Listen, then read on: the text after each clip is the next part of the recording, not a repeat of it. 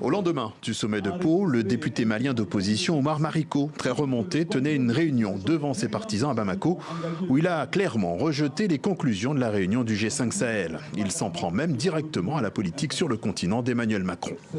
Monsieur Macron fait croire que les soldats français sont en train de mourir pour la liberté, pour la démocratie. Mais non, les soldats français, je le regrette, franchement.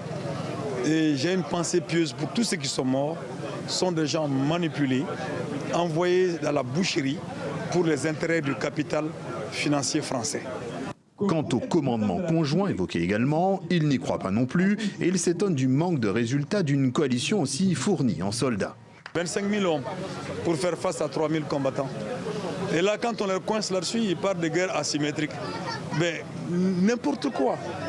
Au Tchad, les réactions sont peu nombreuses et au sein de la plateforme citoyenne et réformiste des transformateurs, on estime qu'il n'y a rien de bien nouveau. C'est une musique qui ressemble à du déjà entendu. Nos armées sont abandonnées.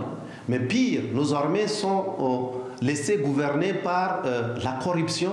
Plus que la question du financement, c'est l'angle militaire qui retient l'attention sur place. Une partie de l'opposition va un peu plus loin. Pour elle, il est primordial d'améliorer le renseignement. Pour tester la force d'une armée, il faut mettre des renseignements à sa disposition.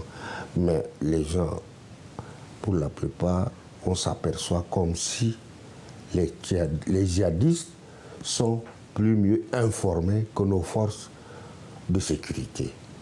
La force conjointe G5 Sahel, Barkhane, qui rappelons-le a décidé de resserrer le périmètre d'action dans la zone la plus menacée, celle du Liptako Gourma, celle dite des 3 frontières entre le Burkina Faso, le Mali et le Niger.